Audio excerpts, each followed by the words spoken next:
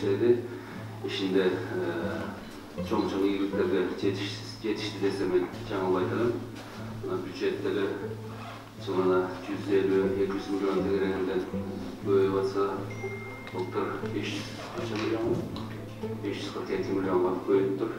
Шаһарда içinde мәселелер көп, ошоның көпчүлүгүнө чечилип атат. Көрсем мындан арыдагы чечилет. Ушу баарыңыздарға рахмат айтып кетем. Канча кемчиликтер болсо эми андай болот экен жумушта.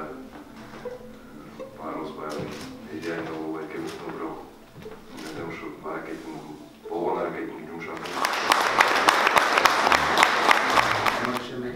Жакшы мен уруш бааргандыгына кечеден баштап тааныган айтып жакшы иштери кылынган. Бүгүн да сүйлөшүп отурдук буяк келе. Ошол жакшы кылынган иштердин баарын Кудай буюрса аягына чыгарып аракет кылалы. Жакшы орундарда жакшы ийгиликтерге жеттиңиз. Ош шаарында да өкүндө